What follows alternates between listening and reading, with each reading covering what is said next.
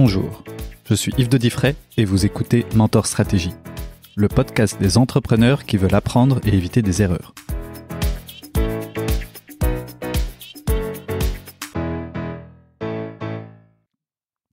Bonjour à tous. Alors aujourd'hui, je suis avec Laure-Emmanuelle Nonnen-Macher.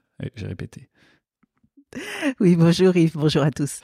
Bon, alors, Laure-Emmanuelle, ce que je te propose, c'est peut-être de commencer par te laisser te présenter, comme tu l'entends, comme tu veux. Ok, donc j'ai 48 ans, je suis française et luxembourgeoise, j'ai 2 filles qui sont belges, j'ai un pays de cœur qui est la Grèce, donc j'ai un côté très cosmopolite tout autour de moi. Ça fait autant de temps que j'habite en France que j'ai habité en Belgique. Voilà. Et Ça fait combien de temps ? Ça fait 22 ans en Belgique déjà, 22-23 ans en Belgique.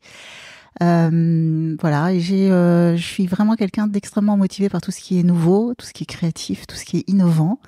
J'adore les choses qu'on crée ensemble, qu'on peut co-créer ensemble. Et voilà, donc quelqu'un d'assez passionné. Et alors j'ai une carrière qui est plutôt un entrepreneur, dans le sens un entrepreneur parce que j'ai eu déjà différentes sociétés et j'ai aussi travaillé très très longtemps dans une société corporate belge qui est Proximus pendant 22 ans. Okay. Alors pour ceux qui ne connaissent pas, Proximus, c'est la plus grosse entité des télécoms en Belgique. Voilà, tout à fait. C'est l'opérateur historique qui a développé tout ce qui était ligne fixe, puis ensuite tout ce qui était Internet, mobile, et aujourd'hui télédigital. Donc c'est une très très belle société avec qui je collabore et avec qui je travaille depuis très longtemps. Oui. Si on reprend les choses un peu dans l'ordre, donc tu as grandi en France, tu as fait des études, je suppose, ou par quoi est-ce que tu as voulu commencer dans ta carrière ? Alors oui, je suis d'un milieu plutôt classique puisque j'ai vécu jusqu'à mes 15 ans en fait à Versailles. Une élève plutôt moyenne, mais par contre très très impliquée parce que j'ai toujours été déléguée de classe ou capitaine de l'équipe de volley, des choses comme ça. Et puis ensuite, on a déménagé à Strasbourg et à Strasbourg en fait j'ai fait un bachelor de commerce. Et à l'université de Strasbourg, où là aussi, de nouveau, j'étais présidente du NIF. Donc, j'ai représenté toute l'université de Strasbourg dans tout ce qui était conseil et études de la vie universitaire pour l'université de droit. Donc voilà, très impliquée dans ce qui était humain, en fait. Et puis ensuite, j'ai complété ça par un master en alternance comme chef de produit textile à Mulhouse, avec une société où toutes les semaines, je faisais l'aller-retour entre Mulhouse et Lille. Et puis chef de produit textile. Donc c'était vraiment une toute nouvelle école qui m'avait été conseillée par le comité Colbert. C'est l'industrie de luxe en fait à Paris, et qui m'avait beaucoup plu parce qu'en fait quand j'ai fait la tournée des écoles de commerce, en fait beaucoup me proposaient de m'investir dans le milieu associatif. À l'époque, il n'y avait pas autant d'Erasmus qu'on a aujourd'hui. Et puis, moi, j'avais l'impression de l'avoir déjà fait. Donc, ça me motivait pas vraiment, en fait, de le faire. Et donc, trouver l'alternance et pouvoir travailler en même temps dans l'entreprise. Je trouvais ça extrêmement intéressant. Donc là, j'ai eu la chance de trouver une société qui s'appelait la société Le Poutre, à Lille, qui m'a engagée pendant plus de 2 ans et où je m'occupais de tout le marketing et de la communication et l'organisation des salons mondiaux qu'on faisait et le lancement de grandes marques comme Jorech Sport, au Ritz, qu'on a organisé au Kenzo. Et donc, j'ai fait ça pendant 2 ans. J'ai beaucoup appris. Et puis, ça m'a permis surtout d'avoir une expérience professionnelle, en fait, active. C'est vraiment un enseignement que j'adore. Et c'est pour ça que j'étais très contente, il y a 2 ans, d'être la première marraine de la promo de HEC, où j'ai été la marraine de cette promo, qui était la première au niveau master en alternance qui était organisée. Mmh. Et puis ensuite, je suis arrivée en Belgique, où j'ai rejoint mon mari, mon ex-mari, parce que je sentais que c'est ça qui était important et que j'avais envie de faire. Et donc, en arrivant en Belgique, je connaissais pas grand monde, et donc j'ai fait un executive master à Solvay, en marketing et advertising, en travaillant en parallèle dans une start-up où on a lancé le premier site médical au niveau européen. Donc là, on est en 2001. Oui. Et puis, il y a longtemps. Ouais, c'était il y a longtemps, mais c'était une très belle expérience. Les dinosaures d'Internet. Ouais, tout à fait, avec un gros deal avec Lycos, c'était le Labrador qu'on voyait partout à l'époque. Et donc, on a fait un lancement puisqu'on avait en fait 8 succursales à travers l'Europe. Et donc, donc moi, je m'occupais en fait de tout le marketing digital et puis également dans la presse, puisqu'on avait une grosse levée de fonds à ce moment-là qu'on a recherché. Et puis ensuite... 2001, c'était déjà passé la bulle Internet ? Moi, j'y étais déjà en 97, en 97 en fait, dans la bulle Internet, puisque j'ai créé le premier site plaquette de société dans le textile. Et du coup, j'avais été propulsée dans l'industrie textile comme un des early adopters du web. Et donc, j'avais déjà créé mon premier site web en fait en 97. Et donc voilà, c'était un peu la suite en 2000 d'arriver et de faire en fait de travailler en effet dans une start-up, mais c'est quand même une grosse start-up en termes de déploiement rapide qu'on a pu avoir. Et puis en 2001, suite à Solvay, Proximus m'a proposé de les rejoindre, et donc là j'ai commencé une carrière corporate, puisqu'en fait j'ai développé tout ce qui était My Proximus, digitalisation des canaux de vente, en fait, où on était tout à signer des papiers envoyés par fax, à passer sur l'Internet. Donc voilà, donc là, on peut en reparler un petit peu de tout ce flow, parce qu'on a fait des choses extraordinaires chez Proximus depuis 20 ans, ensemble. Et alors, en 2019, je l'ai complété aussi par un diplôme du MIT, dans tout ce qui était management des écosystèmes au niveau de l'innovation et du stakeholder management. Voilà, donc ça c'était passionnant. Il y a encore des diplômes que tu voudrais avoir, Harvard ou des trucs, parce que mais c'est pas le diplôme, c'est pas le diplôme. Harvard j'aurais pu, mais non, c'est pas le diplôme. C'est pas le diplôme, c'est vraiment la recherche en fait de la nouveauté, en fait, de qu'est-ce qu'on peut développer, qu'est-ce qu'on peut apprendre, comment on peut partager. Et vraiment, ce qui est extraordinaire avec ces diplômes, en effet, ou ces échanges au niveau du MIT, par exemple, on avait évidemment des cours magistraux par semaine à suivre, qui étaient assez lourds, mais derrière, en fait, il y avait toujours des travaux seuls ou en groupe. Et donc, on était sur tout un groupe, puisque ça s'est passé en digital, puisque le Covid n'était pas très loin. Et donc, ça a été formidable, parce qu'on a pu échanger avec des gens qui étaient aux quatre coins du monde. Et donc, on avait justement des échanges d'idées. Et ce que moi, je trouvais de l'innovation extraordinaire à mon niveau, finalement, je me rendais compte qu'il y en avait d'autres qui l'avaient déjà fait dans d'autres secteurs d'activité, ou alors sur d'autres pays. Et donc, voilà. Donc, moi, ce qui me plaît, c'est ça, cette mixité, cet échange, et de faire des liens entre les choses. Donc, voilà un peu mon parcours académique. Et donc, voilà. Et donc, dans ton parcours académique, il y a eu un parcours professionnel, évidemment, dont on a déjà un peu parlé, et notamment une grande tranche chez Proximus.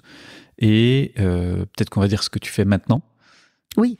Alors en fait, je suis détachée de chez Proximus, puisque en fait, je gère le premier partenariat privé-public de Belgique dans le déploiement de la fibre. Donc, c'est une société qui s'appelle GoFiber, Glasfaser-Ost Belgium. C'est-à-dire que nous développons en fait la fibre sur la communauté germanophone de Belgique. C'est-à-dire que c'est une société vraiment où on met les tuyaux et les fibres en fait dans le sol pour permettre aux opérateurs télécoms comme Proximus ou Orange ou vous, ou d'autres, de venir après se connecter dessus et pouvoir apporter en fait la fibre chez le client final. Vous êtes ceux qui éventrent nos trottoirs. Tout à fait. Tout à fait. En effet, je fais beaucoup de trottoirs. On ouvre des trottoirs. On utilise les poteaux également. Okay. Les poteaux d'électrique qui sont là. Et puis, on va un peu sur les façades également. Et donc, l'idée, c'est vraiment aussi et c'est ça qui est extrêmement motivant, c'est-à-dire qu'en fait, on est en train de désenclaver une région qui est une des régions, en fait, les moins connectées d'Europe. Et c'est pour ça que ce projet a beaucoup de subsides européens. Okay. Et donc ça, c'est un petit peu aussi la clé de la création de cette société, qui a comme actionnaire majoritaire, en fait, Ethias, qui apporte, en fait, tout c'est un assureur, financier et d'assurance. Okay. Proximus apporte en fait la compétence technique et opérationnelle, et puis le gouvernement de la communauté germanophone, donc le ministère, apporte le soutien terrain en fait et relationnel, mais également toutes les aides qu'on peut avoir au niveau subside européen qui peuvent supporter en fait ce projet-là. Donc c'est vraiment une approche win-win, et c'est vraiment quelque chose qui est intéressant parce que ça permet à différentes entités en fait de se mettre ensemble pour un projet commun, et je pense que ça c'est une des grandes clés de réussite en fait. Et dans ce projet commun, si je me souviens bien, quand on en avait parlé une autre fois, tu me disais qu'il y a des sous-traitants, il y a des partenaires et autres, mais si on reprend le total à gérer, il y a combien de personnes à peu près, ou ça représente quoi? Justement, ce qui est intéressant, c'est qu'on est en train de tester en fait une toute petite structure qui va coordonner en fait des activités avec des gens dont c'est le métier en fait d'apporter en fait leurs compétences. Okay. C'est-à-dire des gens qui vont faire la construction. C'est une société chef de projet. Un peu, on peut voir ça comme ça. Donc voilà, donc on est une structure où il y a 6 personnes dedans, et puis on travaille en fait un peu avec les experts au niveau du marché qui on travaille avec Ores pour tout ce qui est électrique et utiliser leurs poteaux, comme on travaille également avec des sociétés de construction qui en effet dont c'est le métier de savoir ouvrir des trottoirs ou passer sur des poteaux ou sur des façades, comme on travaille avec des sociétés qui peuvent nous aider sur tout ce qui est design et organisation en fait du travail. Et donc ça, j'y crois beaucoup aussi parce que c'est quelque chose qui nous permet de prendre des compétences d'experts dont c'est vraiment le métier et de pouvoir en fait coordonner ces experts-là. Et donc je pense qu'on arrive à des niveaux de qualité qui sont extrêmement intéressantes et je pense que c'est un bon business model. Oui, plutôt que de recruter tout le monde en interne et de pas savoir faire. Oui, tout à fait. Et c'est peut-être plus pérenne aussi parce que ta société a une durée de vie. C'est-à-dire, une fois que la fibre est déployée, on doit la faire vivre, on doit la maintenir. Donc, on va en effet... on vit plus de 30 ans. Hein, oui. Mais c'est plus les mêmes métiers. Non, après, celui qui va ouvrir le trottoir, t'en as besoin au début, mais t'en as pas besoin, t'en as besoin beaucoup au début, mais t'en as moins besoin sur la vie ensuite de la fibre. Oui, tout à fait, mais il y a toujours des synergies qui sont organisées. Oui, mais je veux dire, c'est intéressant d'avoir les synergies, mais si toi tu embauches ces profils-là, bah, t'en as besoin au début, mais après... oui, tout à fait, c'est comme un contrat à durée déterminée qu'on met en place, quoi.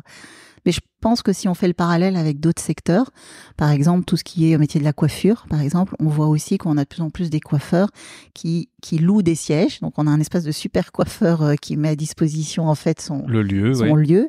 Et la logistique, prise de rendez-vous, commander les shampoings, les choses comme ça. Et ensuite, en fait, on a des experts qui viennent faire la coupe, donc la valeur ajoutée. Quand on voit les cabinets d'avocats aussi, on voit j'aurais pas spontanément comparé le déploiement de la fibre à un coiffeur. T'as raison, peut-être. Mais c'est fin comme un cheveu. C'est fin. Tout à fait. La fibre est fine comme un cheveu aussi, ouais. Donc, ouais.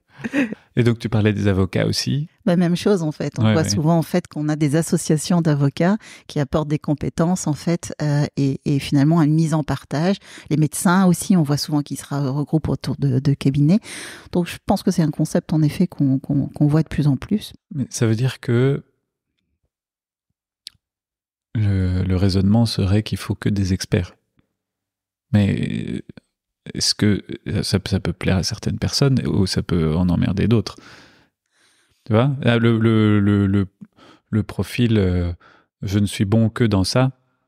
Ouais, mais je pense qu'on a une très grande satisfaction quand on maîtrise quelque chose. C'est vrai. Et qu'une fois qu'on l'a maîtrisé, on peut aller jusqu'à un niveau d'excellence par rapport à ce qu'on fait. Ça ne veut pas dire qu'on va rester dans cette situation-là ou dans ce travail-là, mais ça veut juste dire que on crée cette satisfaction et on peut la faire évoluer, la faire changer, la faire, ou la lier à autre chose pour en faire quelque chose d'autre. Donc, je pense que quand on sait quelle est sa compétence, quelles sont ses qualités, qu'est-ce que je peux mettre en partage, je pense qu'on est assez serein aussi par rapport à la place qu'on peut avoir et celle qu'on peut continuer à développer en fait dans son environnement. Ouais.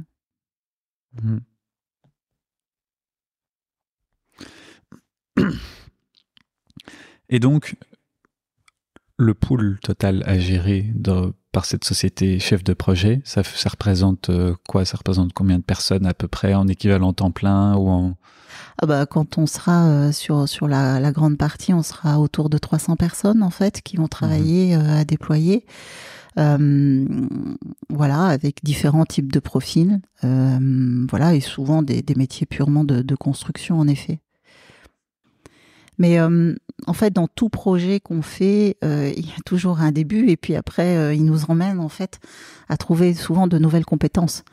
Et donc, par exemple, je pense que quand on commence, typiquement dans l'innovation, quand on commence à avoir une idée ou quand on crée une société, on a d'abord l'idée et puis ensuite on va aller chercher les compétences qu'on va aller chercher. Et souvent, l'étincelle de l'idée, elle est super motivante. Mais derrière, en fait, il faut trouver les bonnes personnes qui vont pouvoir nous épauler. Donc, typiquement, rapidement, on va avoir à faire un business case. Donc, il nous faut un financier. Il faudra regarder si on peut la créer, cette société, si on peut la développer. Donc, il faudra souvent un aspect égal au niveau de ce qu'on fait. Et puis rapidement, on aura des compétences spécifiques. Si on développe quelque chose, il faut des compétences techniques ou trouver des bons partenaires qui vont pouvoir nous développer en fait cette plateforme qu'on veut créer ou autre. Et donc, on est vite obligé d'aller chercher en fait des compétences.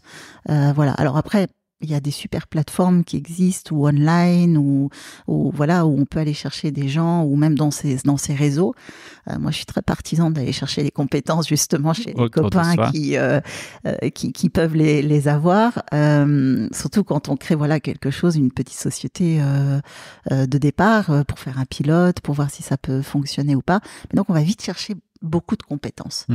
Et c'est ça qui est intéressant, c'est d'être capable d'aller parler à toutes ces compétences. Et ça c'est un rôle comme ça de chef d'orchestre qui peut être celui évidemment du CEO, du dirigeant derrière, comme d'un project manager, en effet, parce que tu vas aller chercher les compétences en fait chez les différentes personnes, tu vas pouvoir parler avec eux, interagir avec eux, et t'assurer qu'il y a cette glu qui peut continuer à exister entre eux, tout en gardant le cap de l'objectif qu'on veut atteindre, quoi. Donc ce rôle-là est hyper important, ouais. Je reviens juste aux fibres, parce qu'il y a un truc qui me turlupine. Quand vous ouvrez le sol, vous passez une gaine ou vous mettez juste la fibre ? On passe des gaines, évidemment. Ok. Mais donc, du coup, ça veut dire que la fibre, si jamais elle a besoin d'être changée, vous pourrez la changer. Bien sûr. Et dans les innovations techniques extraordinaires, et là, je pense que Proximus va très très loin. C'est, par exemple, on peut souffler de la fibre sur 1 kilomètre. Donc, en fait, on n'est pas obligé d'ouvrir devant chaque maison, mais on peut, pour souffler la fibre, pour faire ce qu'on appelle devant les home pass, donc passer devant les maisons, donc dans les rues, on peut souffler, en fait, ces fibres jusqu'à plus d'1 kilomètre. Dans la gaine. Dans la gaine, évidemment. Et ensuite, on fait le raccordement de la gaine jusqu'à la maison. Oui, c'est ça. Ensuite, on réouvre pour juste aller devant quand ils demandent. Exactement. Ouais. Ok. Et il y a des... Enfin, tu vois, quand tu choisis d'investir comme ça dans de la fibre optique pour 30 ans, il faut choisir la toute dernière technologie possible, alors. Et surtout celle qui va être capable d'évoluer et de pouvoir passer aujourd'hui 10 gigabits, peut-être demain encore plus. Après, ça se balade à la vitesse de la lumière, si je comprends bien la technologie. Donc, comment est-ce que ce qui évolue, c'est pas forcément le câble? Non, tout à fait. C'est l'entrée et la sortie, quoi. C'est l'entrée et la sortie. Est-ce qu'on va y faire passer dedans, et la lumière. Tout à fait. Okay. Ouais. Et donc, c'est super parce que c'est vraiment retourner dans les fondamentaux de je déploie. Donc, moi, j'ai commencé dans quel est le service qu'on peut apporter sur une toile, sur le net. Ouais. Et aujourd'hui, je me retrouve à faire des câbles et les faire passer pour faire passer du contenu Internet, digital, demain, quel qu'il soit. Donc, je trouve ça hyper motivant en ayant fait une petite incursion. Oui, c'est ça. En ayant fait une petite incursion dans le domaine de l'aérospatial juste avant, au niveau de l'innovation. Donc, je trouve que la boucle est assez intéressante, quoi. Donc toi, ton expertise alors, c'est quoi? C'est justement c'est un chef d'orchestre dans ce qui est innovation? Mon expertise à moi, ma première expertise, c'est je pense que j'ai un profil de visionnaire. Donc je suis capable en fait de montrer un chemin, ou en tout cas, bon après en travaillant dans une grosse boîte corporate comme Proximus, un chemin est quand même défini par nos grands patrons. Et mais en tout cas, de prendre cette vision et de savoir en fait la décortiquer en actions concrètes qu'on doit prendre, et ensuite de derrière en fait permettre à des équipes que ce soit assez compréhensives pour pouvoir le mettre en action. Et donc ce rôle de visionnaire, c'est une des compétences que j'ai. Et alors l'autre compétence, c'est que j'ai toujours, et je suis toujours dans cette recherche d'à la fois allier la stratégie et l'opérationnel, c'est-à-dire la mise en place. Donc moi j'arrive à faire ces deux choses-là. C'est-à-dire que j'ai du mal, si on m'explique pas où est-ce qu'on veut aller, ou si j'arrive pas à le définir et le connaître calmement, de mettre en place que l'opérationnel. Mais quand je fais que de la stratégie, il me manque la réalisation concrète et l'impact que ça peut avoir, de pouvoir le mesurer et de voir l'impact sur l'humain, par exemple, que ça peut avoir. Donc moi j'ai toujours cette balance entre les deux. Je pense que c'est clé parce que ça permet aussi aux équipes qui sont très opérationnelles de leur expliquer vers où on va et qu'ils le comprennent. Et à l'inverse aussi, de parler le même langage qu'eux et de comprendre les problèmes qu'ils ont dans la réalisation. Et pouvoir avoir une stratégie réaliste aussi, du coup. Oui, c'est ça aussi, et de pouvoir prendre tous les éléments pour la rendre réaliste, parce qu'en fait, c'est pas toujours tout le monde. Enfin, souvent, on minimise ça à une question de budget. Derrière, il y a aussi pas mal de freins en termes de compétences humaines. Quand on va dans de l'innovation, des choses qui n'ont jamais été faites précédemment, il y a un changement vraiment structurel de la manière dont sont faites les choses, et donc il y a des nouvelles compétences humaines à apporter. Comme il peut y avoir en fait d'autres freins qui sont des freins légaux. Par exemple, légaux. Je donne un exemple. Quand je travaillais dans l'aérospatiale, là, il y a 1 an et demi, en Europe, il y a une règle qui dit on ne peut pas faire voler un drone à 150 mètres d'une habitation. Donc, dans un endroit assez densément peuplé comme la Belgique, et j'élimine les zones territoires, genre les Ardennes, qui sont gérées par les militaires. Hein. Oui. Donc, finalement, il y a très peu d'endroits où on peut voler. Voilà. Pourtant, la Belgique a réussi à faire le premier vol, il y a à peu près 1 an exactement, de transport d'organes sanguins sur milieu urbain entre 2 hôpitaux à Anvers. Et donc, c'est là où il y a une force d'innovation qui est grâce en fait à la mise en commun en fait de différentes compétences et d'autorisations qui ont été mises en place pour pouvoir assurer que on a un drone qui va bien fonctionner, qu'on sait le monitorer, donc on a besoin en fait des télécoms pour pouvoir le monitorer, qu'il y a assez d'autorisation au niveau gouvernemental, qu'on a minimisé les risques grâce à de la police qu'on a coordonnée et qu'on a été capable en fait de faire cette transportation d'organes, de sang entre 2 endroits. Donc je pense qu'il a fallu un entrepreneur aussi derrière, et il a fallu aussi plein de moyens techniques et de sociétés qui ont pu se mettre en place et d'accord pour pouvoir le réaliser. Et donc, innover, c'est à la fois avoir une vision, c'est la décliner, et forcément c'est emmener les gens avec toi derrière, mais c'est aussi, si je comprends bien, donc lever les freins, qu'ils soient légaux, qu'ils soient humains. Tu disais humain, c'était en termes de compétences, mais est-ce qu'il n'y a pas des réticences aussi, tu vois, c'est un peu la gestion du changement. Ah, on va faire ça comme ça. Nous, on sait très bien de mettre les organes dans une camionnette et qu'elles partent par la route. On a toujours fait comme ça. Oui. Voilà, cette grande phrase on a toujours fait comme ça. Oui. Donc pourquoi le faire autrement ? Oui, et du coup, tu fais comment quand ça se passe, quand tu as ça ? Je crois que c'est justement un vrai processus, en fait, d'emmener la personne avec soi dans le raisonnement. Et l'idée de dire je viens avec un truc clé en main et en gros maintenant vous faisiez comme ça et maintenant vous faites comme ça marche pas.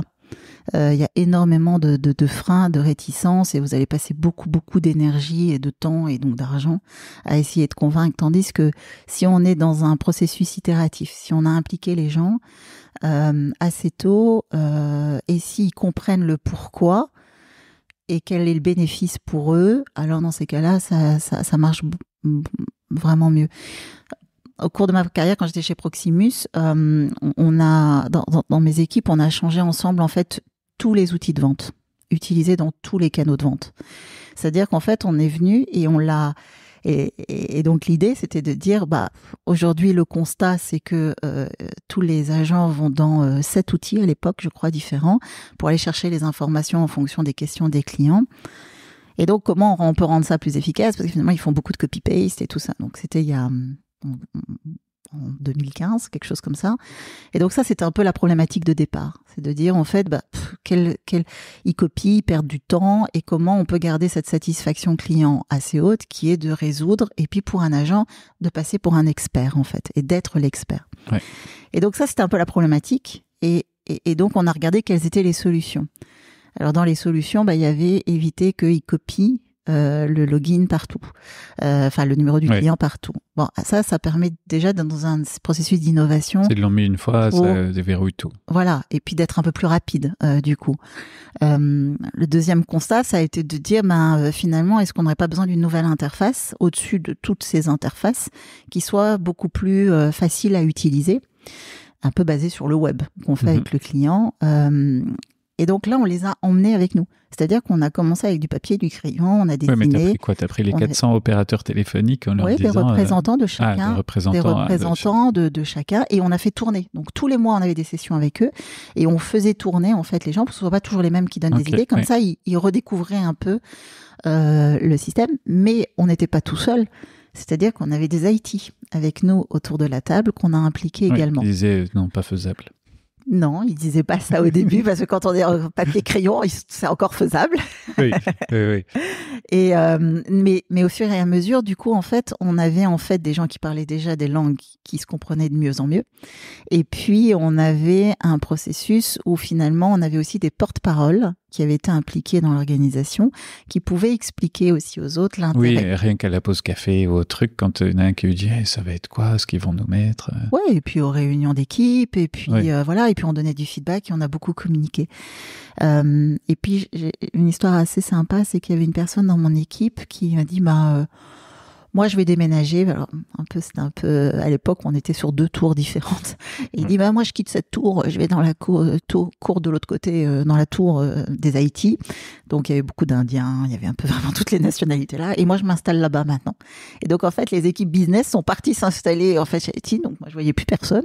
Donc, je suis allée là-bas. Et en fait, on a créé, et c'était un très, très beau, c'était le premier projet agile. Parce que finalement, de nous-mêmes, tout le monde s'est mis à co-créer, en fait, ensemble. Et voilà, donc je pense que ça, c'était une première étape. Puis après, évidemment, on a travaillé sur qu'est-ce que vous avez comme frein aujourd'hui dans ce que vous vivez et est-ce qu'on répond à tous les freins ou tous les problèmes que vous avez. Et en leur montrant que finalement, on a créé ça comme ça, on a eu beaucoup plus d'adoption et la courbe d'adoption est allée beaucoup plus rapidement, en fait. Mmh. Et parce que ça répondait mieux à leurs besoins aussi. Oui. Maintenant, tout n'est pas rose. Il y a des gens qui seront toujours réfractaires, voilà. Mais ce qui est clair, c'est que si on peut déjà emmener une grande partie et réduire en fait ce temps d'adoption, on a évidemment gagné sur la rentabilité du projet. Tu as parlé de projets agiles. En t'écoutant tout à l'heure, je me suis dit, finalement, l'innovation, on la voit souvent juste comme un truc technique, un gadget technique. En fait, l'innovation, c'est un peu sur tous les sujets. Ça peut être aussi sur la méthode de travail, justement. Là, ça a été innovant techniquement, mais aussi dans la méthode de travail.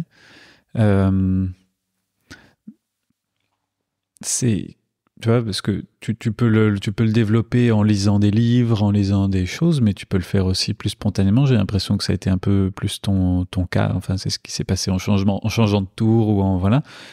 Mais comment est-ce que tu favorises ça dans ton équipe, tu vois, cet esprit innovant? Parce que... Ouais. Alors, ma première idée, c'est de dire it starts with me. Hein. C'est moi qui commence à me dire tiens, je peux changer les choses. Je peux avoir des idées, je peux les partager. Donc, je pense qu'on peut changer son lit de place dans sa maison et se dire, ça, c'est quand même quelque chose de nouveau, quoi. Enfin, je l'avais pas vu. Donc, je pense que voilà, le premier truc, c'est de se dire, je peux faire les choses différemment. Donc ça, je pense que c'est un premier frein personnel qu'on doit passer. Je pense que principalement aussi chez les femmes, il y a le fait d'oser. Et surtout quand on parle d'innovation, on parle souvent en fait de métiers très compliqués. Comme toi tu dis, tu as déjà ce filtre en disant c'est très technique en fait, c'est hyper ingénieur, c'est hyper, ça va être compliqué. C'est clair que je suis une femme dans la fibre, dans la construction. Enfin, il y en a pas beaucoup pour l'instant.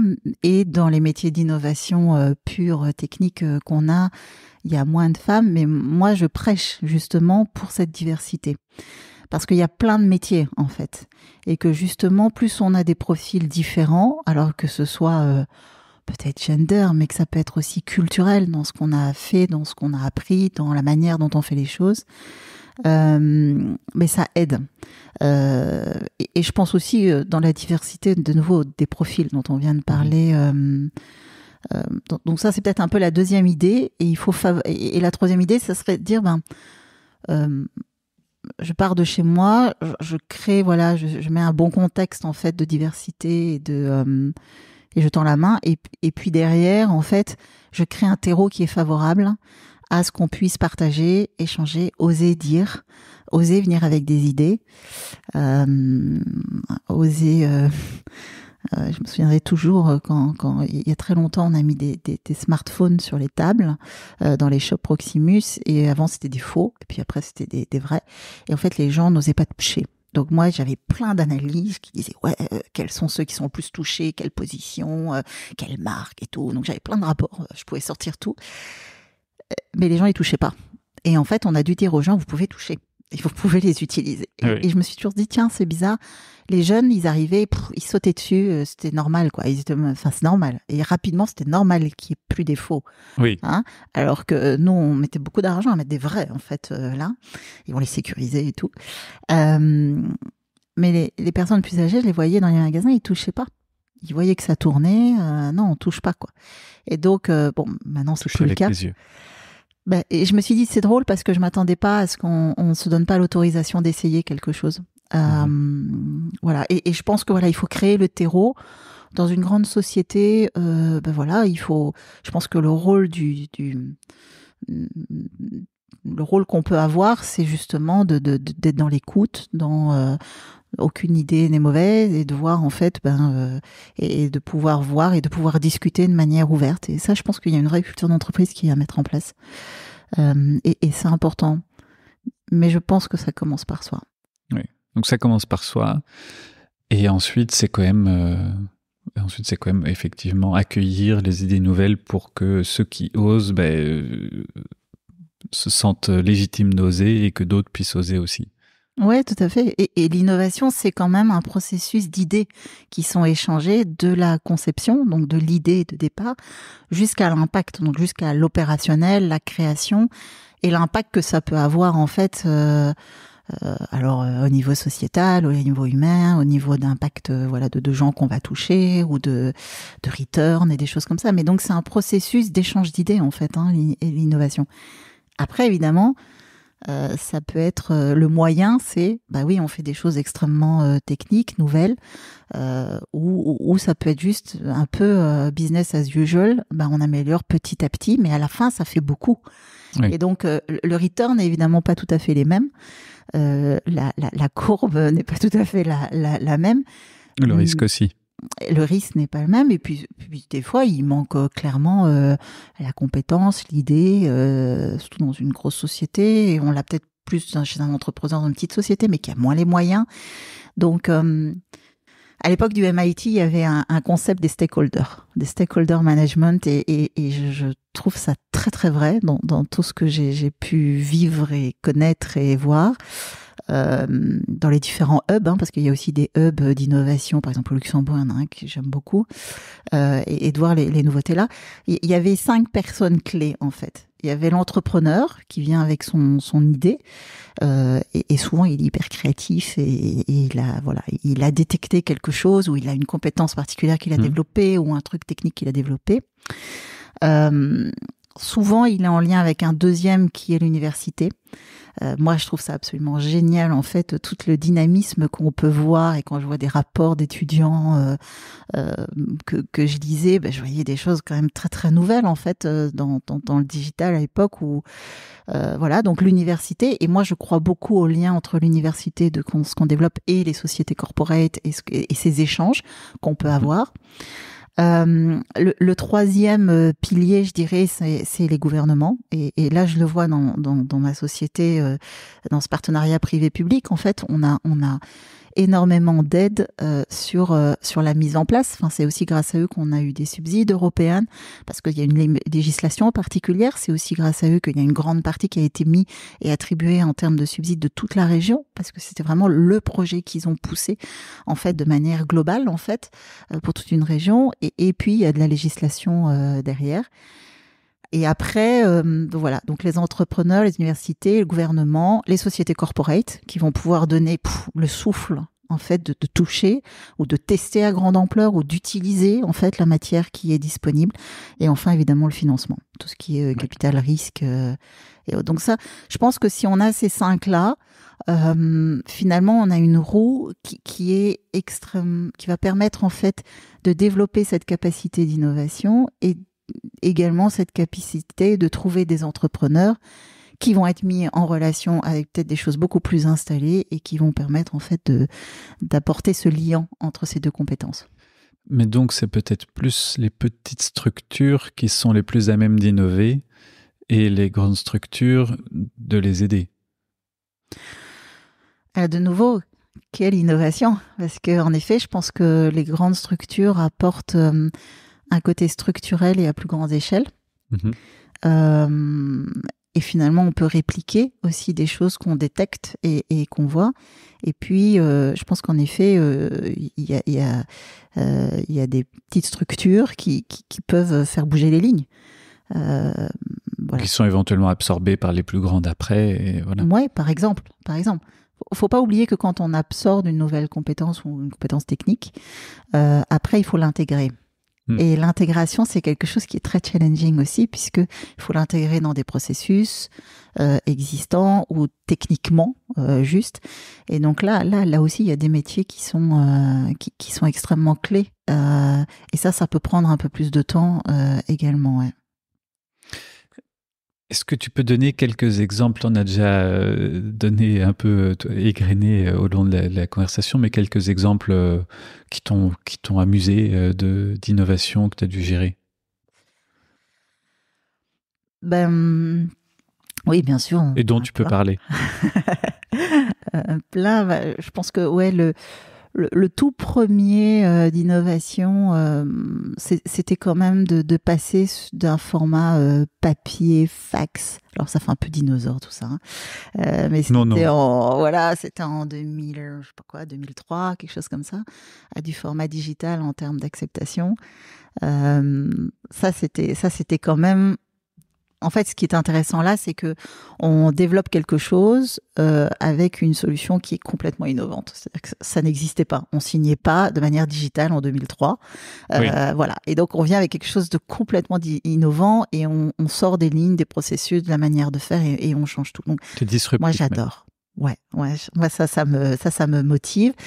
Après, moi, dans mon parcours perso, alors évidemment, chez Proximus, évidemment, il y a beaucoup d'innovation. C'est quand même une des sociétés qui est fleuron. Moi, je suis très très fière en fait de cette société parce qu'il y a des activités et puis des activités également dans le groupe qui sont à l'international. Par exemple, il y a une société Telesign en fait qui fait de la signature digitale qui est aux États-Unis et donc les transactions bancaires passent par ce genre de système. Ils viennent de racheter une société en Inde, Route Mobile, qui est un communication platform en fait, extrêmement développé. Et donc là, tout de suite, c'est un nouveau way of doing things, tu vois. Donc ça, je trouve ça super. Maintenant, oui, dans ma carrière, pour moi, un des plus gros projets qui était quand même très très intéressant, c'était quand même en effet de faire évoluer en fait ces outils de vente qui étaient dans tous les canaux. Jusqu'à un moment se dire jusqu'où on met l'AI en fait pour faire de la prédiction. Donc pour donner un exemple plus concret, typiquement on se rend compte qu'il y a un certain nombre de transactions qui ont une interaction humaine et que finalement on serait peut-être même meilleur s'il y avait une interaction proactive. Donc typiquement quelqu'un qui nous appelle, avant on avait la personne en ligne et on faisait les tests de ligne. Et ensuite, ce qui a été mis en place, c'est qu'en fait, quand l'opérateur prend la personne, ou s'il prend la personne, tous les tests sont déjà faits. Donc, il a déjà ouvert devant lui tous les résultats de tests avec en fait les recommandations. Donc là, c'est quand même complètement différent dans la manière de faire. Donc évidemment, et puis dans certains cas, on automatise en disant à la personne, vous avez raison, il y a un problème sur votre ligne parce que il y a un pylône qui va pas et ça sera réparé dans 2 heures. Et donc la personne a le résultat et nous 2 heures avant, on le proactivement, on revient vers elle en disant maintenant c'est rétabli. Ça voilà, pour moi il y a un service client. Tu l'appelles pas par téléphone si c'est sans problème de ligne. Ouais, tout à fait. Et oui, mobile. Hein. On arrive. Mais sinon, voilà, sur les applications et voilà. Donc ça c'est des belles réalisations, ça. Parce que ça change la manière dont on interagit et c'est plus facile pour la personne. Donc, c'est un peu comme toi, en fait. Je me dis que si ça me rend ma vie plus facile, je trouve ça quand même vachement bien, quoi. Et tu as parlé de drones aussi. Ça, c'est pas tout à fait dans le core business. Là, on vient plus dans le transport ou dans le... Plutôt dans le métier de transport que tu fais. Non, alors en fait, les drones, il faut savoir que les drones volent entre à peu près 40 mètres au-dessus du sol. Donc, c'est l'équivalent d'une tour de 15 étages. Jusqu'à 150 mètres, 120 mètres, en fait. Et donc, ça, c'est ce qu'on appelle le U-Space. Et en fait, dans cette zone-là, au-dessus, volent les avions. À peu près, ils sont à 300 mètres au-dessus du sol. Et dans cette zone-là, on a pas mal de choses qui volent. On a des hélicoptères, on a des ULM et on a des drones. Et on aura de plus en plus de drones, en fait, là. Et donc, pour pouvoir monitorer, en fait, ces drones et savoir exactement où est-ce qu'ils sont, s'ils sont un danger pour le pays, par exemple, et là on le voit bien avec la guerre entre la Russie et l'Ukraine, ou s'ils survolent des zones qui peuvent pas, genre le Pentagone, mais chez nous c'est l'espace par exemple européen, au centre de Bruxelles. Donc quand on voit ça, on a besoin de savoir où est-ce qu'ils sont. Il ne faut pas qu'ils soient sous le radar au sens propre. Exactement. Et donc il faut qu'on puisse les détecter. Et pour les détecter, on a deux choix. Ou on passe par le satellite, comme les avions. Mais là, il y a un temps de latence. Donc, c'est-à-dire qu'on envoie un signal et il doit revenir vers le drone pour repartir et revenir. Donc, c'est le downstream et l'upstream. Donc, on a un temps de latence qui est assez long, en fait. Donc, ça marche bien pour les cargos qui sont sur la mer, par exemple. Par contre, donc du coup, l'idée, c'est de regarder où sont les antennes GSM qu'on a. Et les antennes de Proximus, enfin les antennes GSM, sont tournées pour couvrir en fait au sol. Et donc, dans la nouvelle, et ça c'est nouveau, c'est de l'innovation et technique, dans les nouvelles antennes, en fait, on peut en fait changer un peu le focus de ces antennes et le rayonnement de ces antennes.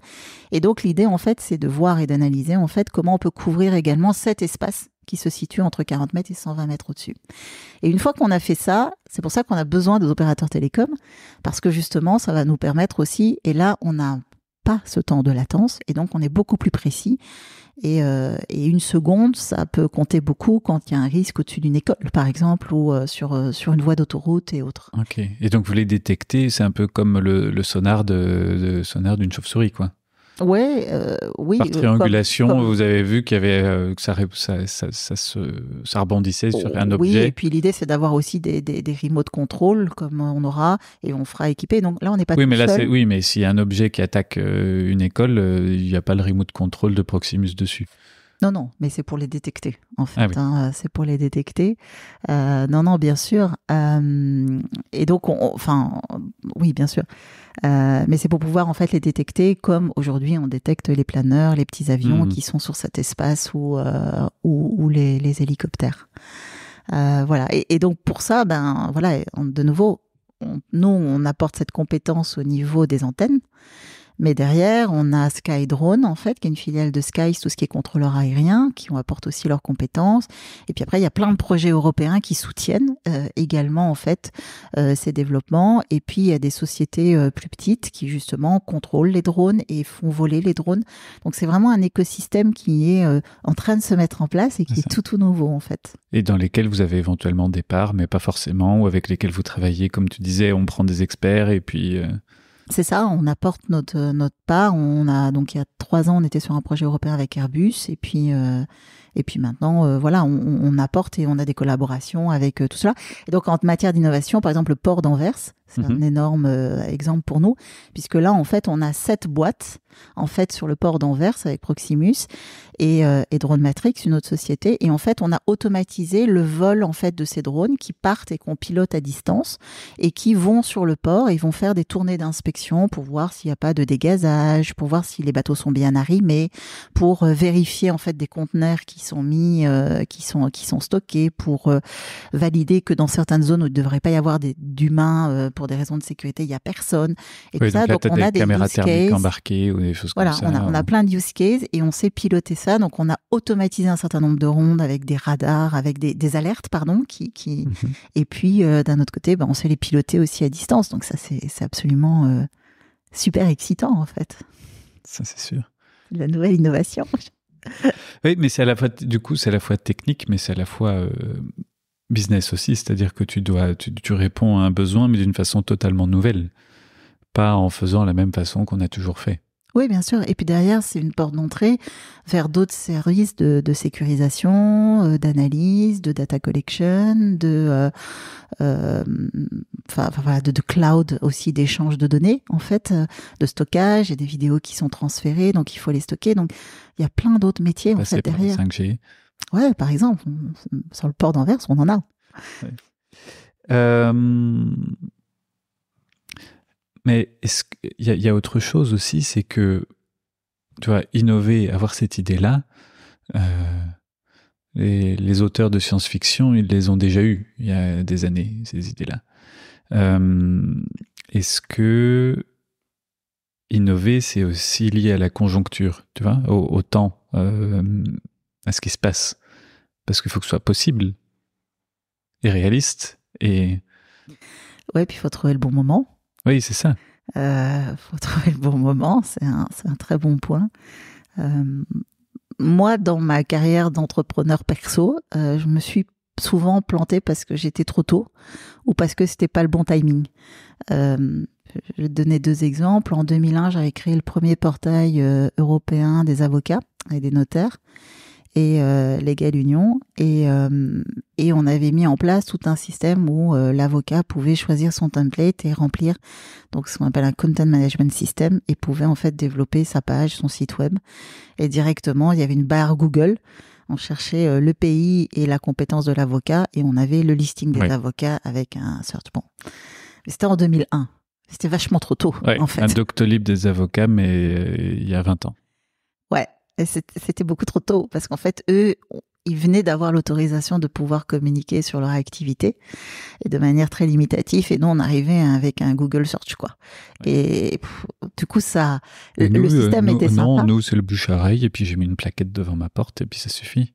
Ouais, mais c'était plus parce que la pénétration d'Internet n'était pas si importante. Oui. Et tu vois, enfin, c'était plus ça parce que finalement, on en avait quand même certains qui, mais ils nous disaient, vous le faites pour nous, on vous donne le texte et vous le mettez en ligne, tu vois. Et donc, oui, donc t'étais plus agence. En main, do it yourself.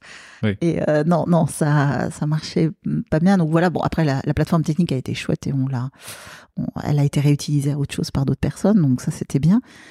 Et l'autre exemple, c'est que j'avais créé juste avant le Covid, une plateforme B2B avec un ami en Norvège, et on avait une plateforme B2B de créateurs pour des robes de mariée et de cocktails. Donc en fait, les créateurs uploadaient leur collection et en fait, on avait tout un système pour que on avait à peu près 200 boutiques qui vendaient des robes de mariée et en fait, on gérait tout ce qui est gestion de la collection, des réassorts, suivi des commandes, la communication, le marketing pour ses clients, la comptabilité. Donc on avait un super ERP communication tool extraordinaire qu'on avait développé, on était super fiers, il nous avait coûté un peu cher. Et puis en fait, on l'a lancé, on avait 80 designers à travers le monde, 200 boutiques, donc c'était quand même... Puis personne ne le faisait au niveau mondial, donc on était pas mal. Et puis on a eu le Covid. Et là, pendant 2 ans, il n'y avait plus un mariage et les boutiques étaient fermées. Là, on n'était pas bon au niveau du timing, quoi. Donc, oui, mais là, tu ne pouvais rien. C'était pas... je pouvais rien. Trop en avance ou trop en retard. Voilà. Mais donc, il y a cette notion aussi d'être là au bon moment. Tu vois, et de savoir se repositionner et donc finalement cette plateforme, est-ce qu'on peut pas la réutiliser sur un autre secteur qui lui vendre des masques. Ouais, c'était pas très. Il y a eu quelques propositions de design sur les masques, mais du coup on n'avait pas la cible en face. Enfin bon. Tu veux que je ferme un peu le volet ? Non, ça va. Donc voilà. Donc, bon, je pense qu'il y a une notion de timing, de développement. Après, je pense que moi, ça me motive d'être dans les premiers. Oui, mais tu vois, il y a un peu le premier est-il forcément celui qui prend tout ? Tu vois ? Parce que un Apple, par exemple, est loin d'être un premier dans toutes les technologies. Ils attendent qu'elles soient éprouvées et puis après, ils les mettent. Mais ils ont une image de très innovant pourtant, alors que c'est des suiveurs. Ouais. Je pense qu'il y a des gens qui doivent être les premiers parce qu'ils doivent développer l'idée. Et puis ensuite, une fois que ou le prototype ou le départ, et généralement, tu te retrouves sur une toute petite niche. Et donc, il y a un autre moment clé qui est le fait de rendre ça à une une autre dimension. Et c'est ça qui est intéressant, en fait. Et je pense que c'est fondamentalement deux métiers différents. Il y a ceux qui innovent et qui viennent avec les nouvelles idées. Et puis, il y a ceux qui arrivent à le prendre et dire, oui, mais peut-être que tu peux le repositionner vers ce target group ou de cette manière ou sur ce groupe-là.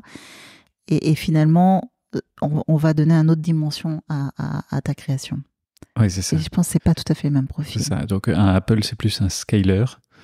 Un développeur, et puis après il y a des innovants qui avaient d'abord trouvé le principe de l'écran tactile, mais ils savaient pas à quoi ça servait, quoi. Ouais, et puis il y en a d'autres derrière qui vont rendre le truc encore meilleur, tu vois, et qui vont permettre en fait à ce soit plus efficace, encore meilleur techniquement, d'améliorer et tout ça. Et c'est encore un autre profil, ça. Ça, c'est les farmers.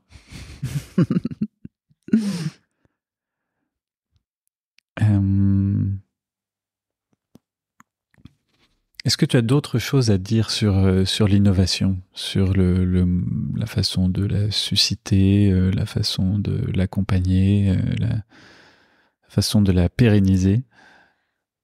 Je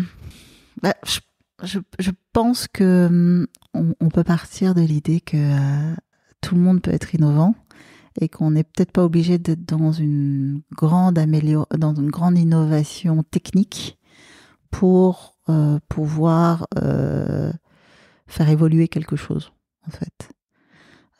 Et si je rajouterais juste un point, c'est voilà, on peut améliorer petit à petit, mais à la fin, et quand on a assez le courage en fait d'analyser de là où on vient jusqu'à l'amélioration finale avec toutes ces petites innovations, à la fin ça compte et ça fait beaucoup en fait.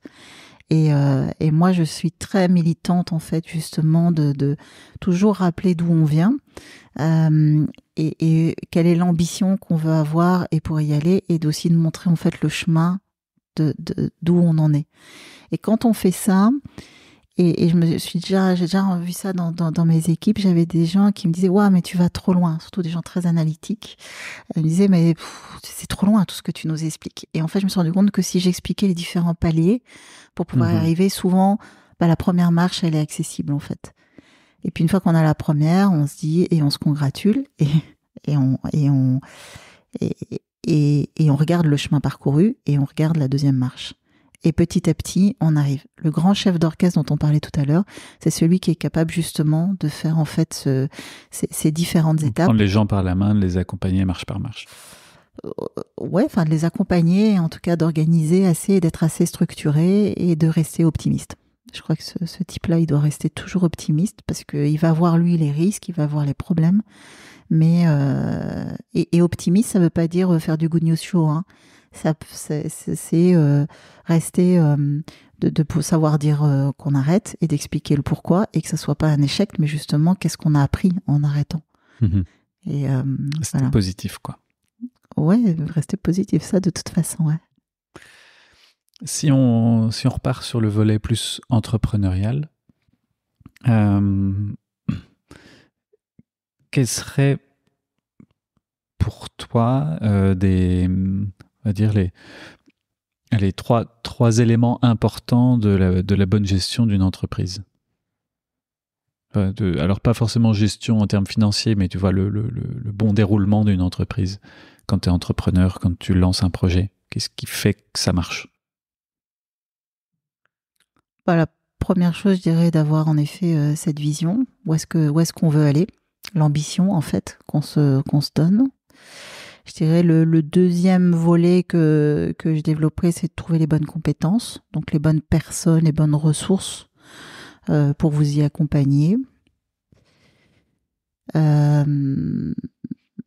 puis en troisième, je pense qu'il faut un petit peu de chance en fait.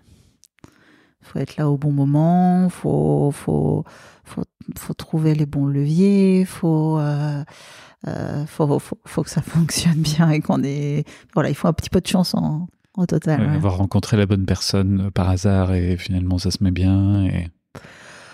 Ouais, il y a ça, et puis faut que la bonne connexion internet soit là, faut que des fois c'est des choses très basiques. C'est des choses très très basiques qu'on doit avoir et mettre en place, mais il faut un petit peu de chance, ouais.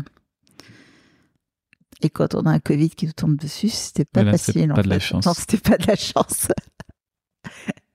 Et comment tu as rebondi justement après ça?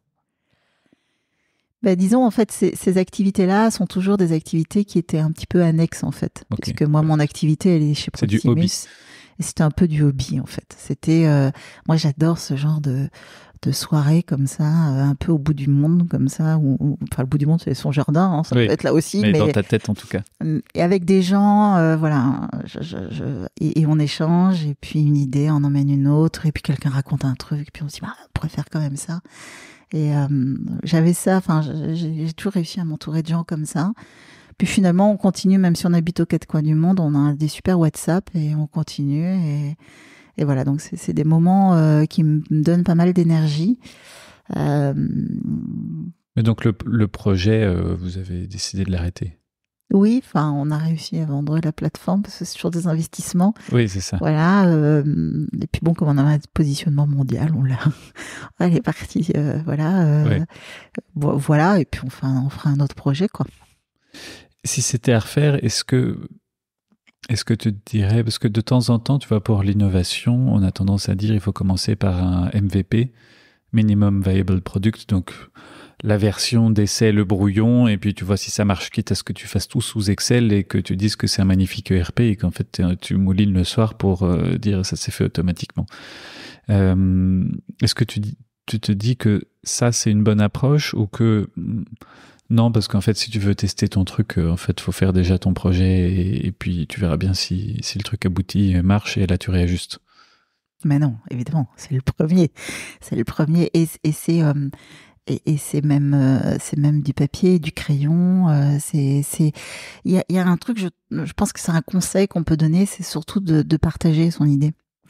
Alors souvent on se dit c'est mon idée, il faut pas qu'on me la pique et tout ça. Je l'entends. Moi, je suis partie prenante de dire non, je le partage. Et souvent en fait, moi j'ai plein de projets comme ça qu'on n'a pas fait.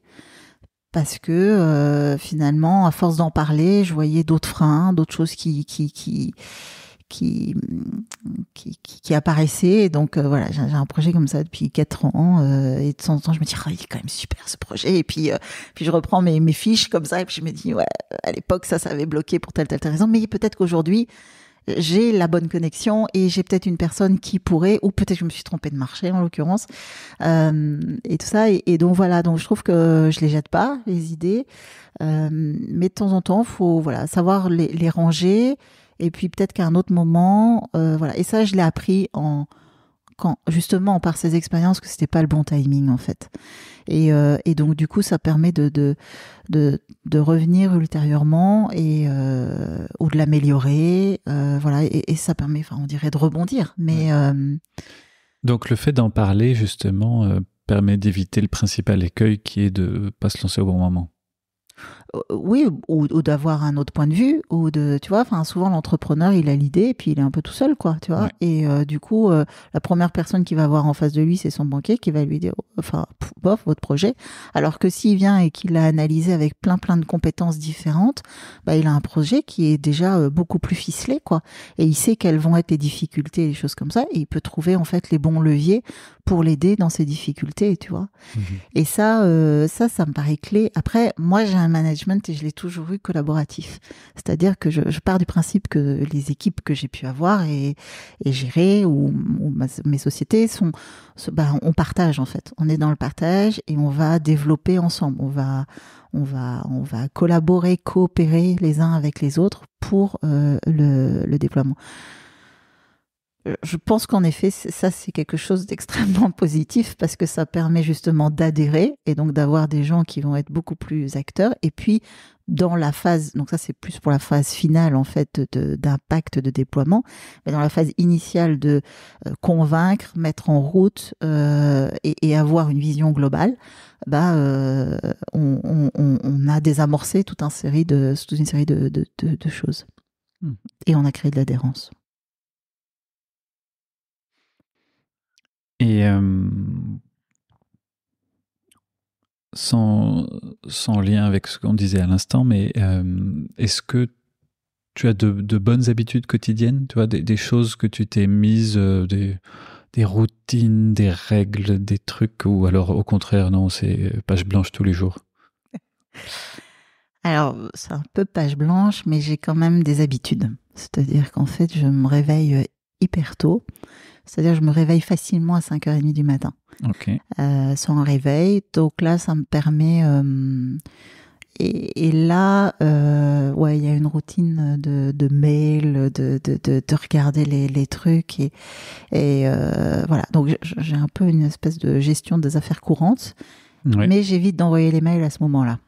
Hein, donc il reste un peu en scheduling et en attente, et parce que c'est pas honnête de t'envoyer ce genre de message, voilà. Ouais. Et puis je pense que j'ai un respect humain de la vie de chacun. Après tu peux programmer l'envoi. Exactement. Et par tout ça à 8h pile. Voilà, ça marche très très bien. Mais d'ailleurs ça c'est quelque chose qui est important. Enfin, moi j'ai une routine, quand je commence à travailler avec quelqu'un, je lui demande ses habitudes de départ. C'est-à-dire que je dis, est-ce que toi je peux t'appeler le matin tôt, ou le soir tu as des impératifs pour tes enfants, donc quelle est ta routine? Et en fait je respecte la routine de l'autre. S'il me dit, moi avant 8h30, je cours partout, je les fais manger, je m'assure qu'ils aient des chaussures pour aller à l'école et qu'ils soient à peu près propres, et puis je les dépose, et puis voilà. Et ben moi je respecte. Tu vois, c'est-à-dire que tu dois t'en souvenir. Bah, je crois qu'on fait attention à l'autre, on s'en souvient facilement. Enfin, en tout cas, moi, je m'en souviens facilement. Voilà, donc ça, c'est hyper important pour moi de respecter ces habitudes-là. Donc pour moi, voilà, je me réveille assez tôt. Puis j'ai une phase à 7h familiale, parce qu'on déjeune en famille. Puis j'ai un chien, il faut que je sorte. Et ça me fait du bien d'aller me promener avec mon chien. Mais surtout, ça me permet de réfléchir, en fait. Alors, où j'écoute des podcasts, je suis assez accro à des podcasts, mais souvent, en fait, je réfléchis et ça me permet un peu de structurer. Voilà, et donc j'ai ma petite phase voilà, familiale, et puis France Inter le matin. Et puis après dans la journée, j'essaye quand même d'avoir des plages un peu vides de temps en temps. Tu les gardes, tu les planifies dans ton agenda, ou certaines, ouais. Non, certaines, ouais. Certaines, ouais, pour ouais. Et bon, elles sont en tentative, mais généralement on les respecte assez bien. Et ça, j'en ai besoin, mais je me suis rendu compte, en fait, dans la gestion, voilà, d'une beaucoup plus petite structure par rapport aux grandes équipes que j'avais avant. Du coup, il me fallait beaucoup plus de temps libre, parce qu'en fait, il y a beaucoup plus d'imprévus qui tombent. C'est un peu étonnant, parce que autant avant, c'était des imprévus très stressants. Hein, oui. On arrête les machines, ça a un impact sur X milliers de personnes. Enfin bon, non, c'est quand même des décisions qu'on prend. Et puis à côté, là, aujourd'hui, j'ai plein de petits trucs qui pop-up partout. Mais qu'il n'y a que toi qui peux faire. Et ben souvent, en fait. Ouais. En fait, souvent. Et donc, il me faut plus de temps, en effet, pour ce petit day-to-day dans une plus petite structure. Voilà. Et par contre, voilà. Donc, et après, moi, je m'offre dans la journée des moments quand j'ai des trous. Je sais très bien de temps en temps me déconnecter. Alors, je repromène mon chien, ou je vais discuter avec mes filles. Mais voilà, j'arrive à trouver des moments un tout petit peu off, quitte à reprendre après. Mais je trouve que je suis beaucoup plus efficace quand j'arrive à rentrer dans cette routine-là. Et voilà. Et donc, dans les équipes maintenant qui ont rejoint GoFiber, c'est vrai que c'est quelque chose de la gestion de l'horaire fixe ou de l'endroit où on doit travailler. Voilà, je trouve que c'est quelque chose d'un peu galvaudé. Je sais que c'est hyper important qu'on soit physiquement ensemble, mais j'ai aussi vu que quand j'ai travaillé sur le lancement de Beats, donc les produits télécoms qui sont vendus par les banquiers chez Belfus, on a commencé le projet et on était en plein Covid. Et en 8 mois, il a fallu le sortir en faisant travailler Proximus Belfus ensemble. Et on s'est jamais rencontrés. Oui. On s'est rencontrés 2 fois physiquement, donc c'est faisable. Donc c'est faisable. Et il y a 230 personnes qui ont travaillé des 2 côtés et qui parlaient pas les mêmes langues. Et on a réussi à ce que technique, ce qui parle, et aligner des plans de release et des choses comme ça. Donc moi, je crois qu'on peut travailler en digital. Et bon, on a dit que tu te lèves tôt, 5h30, c'est vrai que c'est tôt. Qu'est-ce qui fait que le matin, tu te lèves et tu te dis chouette, une nouvelle journée? Mais je sais pas ce qui va se passer. Donc c'est la surprise qui t'anime. Bien sûr. me dire, je sais pas ce qui va se passer, je sais pas, enfin, voilà, de me dire que le truc est pas programmé et que je vais avoir des nouveautés, des choses nouvelles à découvrir et à gérer. Moi, ça me motive beaucoup, quoi. Beaucoup. Oui, donc toutes tes petites surprises que tu dis, il faut que je me réserve du temps pour gérer toutes ces petites surprises, ça t'amuse d'avoir toutes ces petites surprises. Parce qu'on a tendance à dire de temps en temps, le métier de patron, c'est de gérer des emmerdes. Alors attends, il y a des surprises qui sont un peu surprises cadeau piégé. Tu sais, quand tu ouvres et le truc il saute comme ça. Non, mais c'est que les choses ne sont pas actées, tu vois, ne sont pas dans le marbre. Quelque chose de répétitif, c'est compliqué pour moi. Voilà. Après, clairement, il y a des choses qui prennent beaucoup d'énergie, il y a des choses qui énervent énormément, il y a des choses que... Et puis, il y a des choses où on ne sait pas les faire tout seul. Et alors là, du coup, ça me redonne de l'énergie, c'est d'aller chercher de l'aide pour pouvoir résoudre le problème. Des fois, c'est de ne pas savoir comment aborder le truc et donc de pouvoir en parler avec d'autres personnes et trouver des solutions ensemble. Ça me donne beaucoup d'énergie, ouais, d'échanger. Échanger. Et c'est comme ça que tu te formes aussi, parce que tu as fait beaucoup on en a parlé, hein, de formation en tant que telle, académique. Mais pour continuer à progresser, justement, continuer à avoir des nouvelles idées, continuer à imaginer, continuer à trouver des nouvelles techniques, c'est juste par la rencontre ou tu as d'autres... Moi, non, j'écoute plein de trucs qui passent à la radio et dans des sujets très vastes. Et généralement, j'ai comme ça pas mal de gens avec qui j'ai dit tiens, j'ai entendu ça, ça m'a fait penser à toi, qu'est-ce que t'en penses? Et bim, on commence à réfléchir sur le truc. Oui, les échanges, c'est quelque chose qui me permet de me donner de l'énergie et à la fois d'en trouver, en fait, d'en puiser.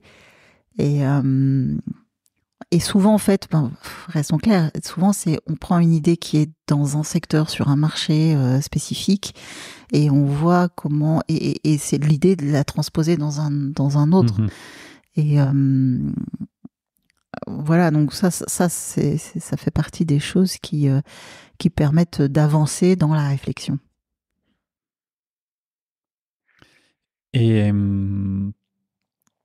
tu disais que travailler en remote et autres, il n'y a pas de problème, que de temps en temps, du coup, tu fais des pauses, tu vas voir tes filles ou tu promènes ton chien. Ça fait partie de ton équilibre, enfin, c'est indispensable à ton équilibre. Tu pourrais plus retourner dans un bureau tous les jours. Si, j'y suis même très souvent dans un bureau tous les jours. Et je promène pas toujours, et je fais pas des pauses, mais tous les jours. Mais si, concrètement, parce que souvent le moment du bureau, c'est le moment de l'échange et du partage. Aller au bureau et finalement être en réunion Teams, Skype toute la journée, il n'y a pas d'efficacité, c'est juste l'endroit où on est. Aller au bureau, ça permet de reconnecter avec le lien social, avec des équipes qui peuvent parler d'autres sujets et on fait le lien et on dit mais oui, mais nous aussi on a vécu ce truc-là ou voilà comment on l'a géré. Et c'est ça qui permet en fait de faciliter et d'aller plus vite en fait sur certains sujets que quand finalement. Alors après, il y a la manière aussi de fonctionner. Si tu dis à tes équipes, vous pouvez m'envoyer un Skype, vous pouvez me contacter et si je réponds, ça marche tout de suite.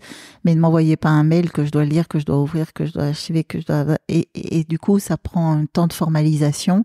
Alors que des fois il suffit d'appeler. Si on rentre dans des dynamiques comme ça, alors ouais, c'est plus facile en fait de communiquer, c'est un peu comme parler avec le voisin de bureau à côté. Oui.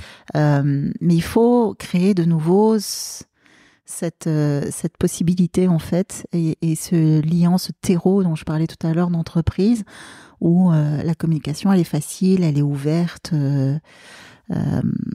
et après le moyen en effet, c'est ou faire des réunions physiques et on est toute la journée ensemble, et c'est pour ça qu'on retourne au bureau, ou c'est via des Teams, ou avec l'équipe de GoFiber, on est sur du WhatsApp. Et finalement, certains diront... BNP, ça leur a pas aidé, hein, le WhatsApp. Quoi ? BNP, ça les a pas aidés, le WhatsApp. Non, mais bon, voilà. On n'échange pas des grandes données là-dessus non plus. Mais en tout cas, mais c'est hyper dynamique. Et en fait, on crée quelque chose où... Et donc, finalement, la notion d'heure fixe et de timing. Enfin, moi, j'étais étonnée parce qu'en créant GoFiber, on a tout traduit parce que tout est en allemand. Hein, oui. On écrit tout en allemand chez GoFiber. Et dedans, il y avait une obligation de mettre les horaires légaux de présence au bureau. Oui, ça, c'est le règlement de travail. Exactement. Et moi, je me suis dit, non, on s'en fout. On sait qu'il doit faire à peu près tant d'heures. Mais on s'en fout. Qui commence à 8h30 ? Non, une obligation. Voilà, je trouve que c'est un truc un peu galvaudé. Et finalement, moi, j'ai toujours vu dans mes équipes que quand je leur laissais de la liberté, et souvent on en avait besoin, parce que les releases ont lieu les week-ends et des choses comme ça, finalement, on avait des gens qui étaient hyper impliqués dans leur métier, et puis de temps en temps, c'est normal qu'ils veulent prendre leur après-midi parce qu'ils ont travaillé hyper tôt le matin, ou qu'ils y ont passé le week-end parce qu'il y avait eu un petit souci. Et quand tu as cette flexibilité-là et assez de confiance, mais que cette confiance, elle n'est pas rompue, tu as gagné un truc énorme, quoi. Oui. En fait, responsabiliser, ça responsabilise aussi, entre guillemets. C'est-à-dire, si tu donnes des responsabilités et que tu dis « je te fais confiance », les gens doivent se montrer dignes de cette confiance et donc finalement font plus que si tu contrôlais. Ouais, potentiellement. Tout à fait. Super bien résumé. Oui. Je le note, hein. Je me citerai moi-même. T'as raison. T'as raison.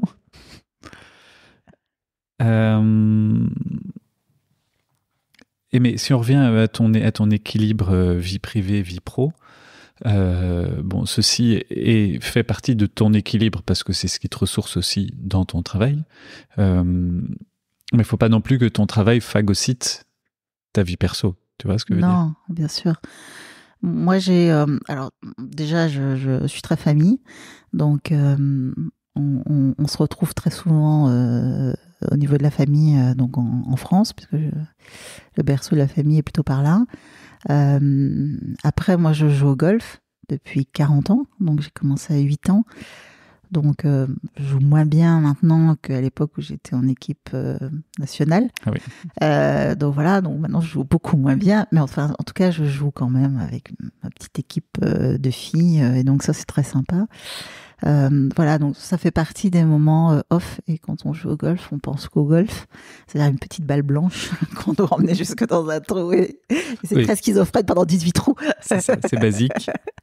Et tu vas aller jusque là-bas. Voilà, c'est très très concret. Donc voilà, moi, voilà, c'est drôle, mais je pense que plus je travaille, plus je me trouve libre dans cette liberté en fait intellectuelle, et donc du coup j'arrive à me trouver aussi des plages, et je pense que c'est une règle et qu'il faut savoir aussi s'écouter, de trouver justement ces plages où tu déconnectes, voilà, et où voilà, que ce soit alors une déconnexion physique ou familiale ou avec des amis, voilà, ça fait partie des moments off que j'aime bien. Et tu as pointé du doigt tout à l'heure quelque chose, c'était que tu disais, c'est pas moi qui le dis, les femmes osent moins. Ouais. Tu trouves que c'est quand même quelque chose dont tu te rends compte, toi, autour de toi ? Ouais. Oui. Oui, je pense que... ouais. Et c'est dû à quoi ? Parce que il y a les mêmes capacités mentales, il y a le même... Alors, parce que... j'adore. Alors, je pense d'abord parce qu'on fait beaucoup de choses, ou en tout cas mentalement, en fait, on est très très impliqué. On est souvent, enfin, moi je les entends, et je me vois, enfin, on est toujours en train de penser aux enfants, la vie de famille, le côté même partage des tâches, mais enfin, comment coordonner tout ça au niveau familial. par rapport à aussi et mener en parallèle ce côté professionnel. Voilà, où il faut aussi trouver sa place. Voilà, donc je pense qu'on a beaucoup de choses en tête, en fait. On va penser à ses parents qui vieillissent, on va penser à faire les courses, on va penser à toutes ces choses-là. Donc de charge mentale. La charge mentale, ouais. Ouais, tout à fait. Donc ça, je pense que c'est un. Puis je pense qu'on nous a souvent dit, et ça c'est beaucoup plus un frein plutôt psycho. On nous a souvent dit d'être la bonne élève ou de faire plaisir ou de s'assurer qu'il y ait une harmonie ou des choses comme ça. Et c'est quelque chose qu'on dit plus ou disait plus aux femmes qu'aux hommes. Ouais, je pense. Ouais. En tout cas, moi, à mon âge. En tout cas, je l'ai beaucoup entendu. Peut-être que c'était mon milieu et peut-être que c'était Versailles et peut-être que je sais pas, mais en tout cas, moi, je l'ai pas mal entendu. Par contre, moi, je sais que j'étais dans une famille où justement la place des femmes, elle était vachement présente, que ce soit ma grand-mère qui faisait à manger pour des ministres, je dirais magnifiquement bien. Voilà, que ce soit ma mère qui a été la plus jeune chef d'établissement de France. Donc on avait un côté dans l'histoire familiale Woman Power des femmes. En tout cas, on existe et rien n'est, il n'y a pas de barrière en fait. Voilà, mais je pense que tout le monde n'a pas eu cette chance. Voilà, donc je pense qu'il y a un clic de s'autoriser. Et ça, et dans le côté harmonie, on fait attention et ainsi de suite, je pense que dans le milieu professionnel, il faut savoir se mettre en avant, il faut savoir des fois lever la main très très haut, il faut savoir aller justifier et je pense que ça, c'est un travail que doivent faire les femmes et puis je pense que les hommes doivent laisser aussi une place aux femmes pour aborder ça. Et franchement, le quota dans les conseils d'administration ou plus de femmes dans les comités de direction, je trouve ça mais juste formidable. Alors évidemment que dans un monde idéal, il n'y en aurait pas besoin, mais aujourd'hui, on a encore un pas à faire, que ce soit en politique également. Voilà, donc je pense que on est autant de femmes que d'hommes, mais il y a pense plus de femmes que d'hommes. Oui, c'est vrai. Ouais, sur Terre, il y en a plus, mais je pense que voilà, on a encore pas mal un chemin qu'on doit faire et qu'on doit s'autoriser nous à faire. Et moi, une fois, je me souviens, j'avais fait un petit lunch comme ça et tout le monde apportait ses sandwichs. Et parce que je m'étais rendu compte que dans mon projet, il y avait quand même pas mal de femmes, des positions techniques et on était plein de nationalités. Il y avait polonais, il y avait grec, il y avait roumain, il y avait des indiens, pas mal, voilà. Et donc on s'est retrouvés à 8-10 femmes. Et en fait, elles faisaient toutes des métiers hyper durs. Elles avaient emmené avec elles leur famille. Elles géraient leur mari, dans certains cas. Alors, quand tu es roumain et que ton mari te rejoint et qu'il a plus de boulot, faut le gérer à la maison. Ou quand on est indien et qu'on est avec son mari et qu'on veut pas aller vivre là-bas parce que sinon on a toute la famille du mari qui vient de vivre avec soi et qu'il fallait gérer et qu'elle voulait continuer à voir. Donc ça l'oblige à rester sur la Belgique. Et je trouvais que c'était des femmes qui étaient hyper courageuses. Et en fait, elles parlaient jamais de leur privé, mais en fait, elles étaient en train de vivre des trucs d'un point de vue privé, mais extrêmement dur en fait à assumer. Et je trouvais que c'était des super belles personnes et elles avaient osé. Elles avaient osé dans leur privé et je trouve que professionnellement, voilà, c'est des super exemples qu'on doit suivre aussi et elles puissent partager ça aussi pour être un exemple pour les futures générations. Et si tu regardes un peu ton parcours jusqu'à maintenant, est-ce qu'il y a des choses dont tu es plus particulièrement fier? Je parle pas de fierté, je me mets en avant, mais plus ça, je suis quand même contente, j'ai bien réussi ça. Et des choses où tu te dis, si c'était à refaire vraiment ça, je regarderais, mais je passerais à côté. Non, c'est pas quelque chose que je me dis. Non, je regarde pas trop derrière, juste pour avancer et me dire quelles sont les choses que j'ai comprises et tout. Mais alors, je me dis jamais que je suis super fière de moi. Ça, non, mais alors je vais le redire autrement. Je vais mieux le formuler. Des choses où tu te dis, en fait, ça a vraiment aidé à construire qui je suis. Ok. Alors, je dirais dans ma vie privée, en fait, de d'avoir osé partir à 16 ans, vivre quelques mois aux États-Unis, d'avoir osé quitter mon pays pour créer une vie de famille en Belgique.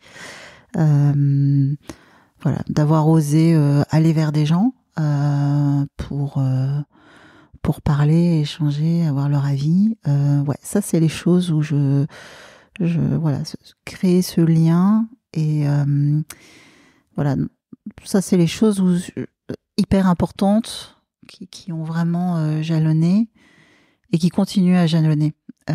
Et alors, sans notion de pouvoir ou hiérarchique ou d'argent, des choses comme ça, c'est vraiment la rencontre de l'autre et une conviction viscérale que on est là pour accomplir quelque chose, pour apporter sa pierre à l'édifice, pour œuvrer au bien commun, et ça c'est quand même une conviction qui est extrêmement là. Enfin, je peux pas concevoir de dire après moi le déluge, c'est pas possible. Voilà, on est là, on est dans une filiation, on est là pour prendre soin de la suite. Après, je ne réduis pas ça non plus à prendre soin de la planète. C'est prendre soin de l'autre voilà, les choses les plus compliquées dans ma vie, c'est en effet d'avoir vu les burn-out autour de moi, de près, en privé et puis dans mes équipes. Un suicide, ça c'était des moments qui étaient quand même extrêmement forts parce que je me suis dit j'ai pas vu et j'ai pas su en fait.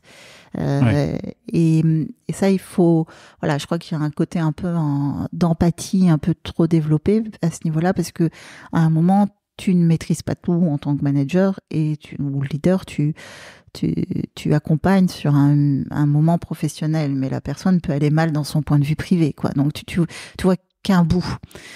Et la personne, c'est une entièreté, c'est sa vie sociale aussi, relationnelle et tout. Et voilà, donc ça c'est les moments difficiles. Et je pense que voilà, on est tous confrontés à des moments difficiles, mais ceux-ci ont été vraiment durs au niveau de ma vie privée, en fait. Après, quand on est très bas, il y a toujours un mieux. C'est-à-dire que ça me permet de détecter assez vite chez des gens qu'il y a quelque chose qui va pas bien et de pouvoir aller en parler avec la personne. Et ça, j'ai quand même cette chance d'avoir ce contact un peu facile dans n'importe quel milieu ou vers n'importe qui. Donc, j'arrive à le détecter ou quand je sens qu'il y a des mots qu'on utilise. Donc voilà, donc ça, je fais très très attention. Voilà, et pour moi aussi. Donc du coup, ce balancing life, j'arrive à le mettre en place parce que ce mode de fonctionnement de me lever tôt, mais de pouvoir faire des moments off et de se pouvoir ça fait partie de mon balancing life en fait. Ok. Peut-être pour finir, est-ce qu'il y a un sujet qu'on a peut-être pas abordé encore et que tu te dis tiens, ce serait intéressant parce que ça fait vraiment partie de qui je suis. Là, tu as abordé un volet plus humaniste qui explique aussi toute ton implication, ton amour des gens, entre guillemets, ta volonté de parler avec les gens, de les rencontrer. On a parlé d'innovation, on a parlé de beaucoup de choses assez variées. Voilà, est-ce qu'il y a quelque chose sur lequel tu aimerais revenir pour terminer ou alors on a fait le tour? Ouais, je crois qu'on a fait un bon chemin ensemble en tout cas. Je peux peut-être juste donner à la fin un petit mot. Je pense que on a parlé d'oser aussi, d'être curieux en fait également. Je pense que quand on dit oser, moi j'adore Beaumarchais, c'est mon mentor, et il dit tout n'est pas assez. Voilà, c'est un peu mon motto. Tout n'est pas assez. Et donc voilà, je pense que si on ose et qu'on est curieux, qu'on écoute des podcasts, qu'on s'ouvre aux autres, on en récolte beaucoup plus et ça c'est un vrai cadeau. Donc pas rester dans sa zone de confort, pas rester quand on voit que, mais en même temps c'est contradictoire avec le fait de devenir expert, mais quand on voit qu'on commence à maîtriser à fond un sujet et à être un peu en vase clos, Alors peut-être l'expert, oser justement, aller... il va aller chercher la Plus dernière loin, nouveauté. Voilà. Ouais, Il y a un podcast qui est un copain, un ancien collègue, qui en a beaucoup travaillé, de Jean-Marc Poncelet, qui s'appelle Comfort Zone. Il en sort un par mois. C'est plutôt sur la Belgique. Donc ça, c'est assez intéressant de comment sortir sur la zone de confort. Après, je pense que ce qui est intéressant aussi, c'est de regarder le parcours de vie des uns et des autres, et historique. Ça peut être assez sympa. Et puis moi, je trouve que voilà, l'humain est juste extraordinaire, quoi. Donc voilà, les histoires humaines. Je sais pas, moi, actuellement, il y a mon podcast du moment, c'est Sous le soleil de Platon, là, sur France Inter. J'adore. Et voilà, donc c'est sur la peur, donc voilà, c'est des sujets comme ça. Enfin, je veux dire aussi, ou sur comment vivent les gens et comment. Et je trouve, moi, ça me permet de voir les choses aussi un peu autrement. Et quand on regarde sous les différents angles, eh ben, on a une meilleure compréhension. Eh bien. Merci Laure-Emmanuelle, beaucoup. merci beaucoup à toi. Et puis, à très bientôt. Ouais, merci à toi, Yves. Pour soutenir l'initiative et pour continuer à entendre plus d'interviews, s'il vous plaît, partagez ce podcast et mettez-lui 5 étoiles. Cela me permet de continuer à enregistrer et diffuser cette sagesse collective. Merci d'être toujours plus nombreux à vous abonner et à bientôt sur Mentor Stratégie.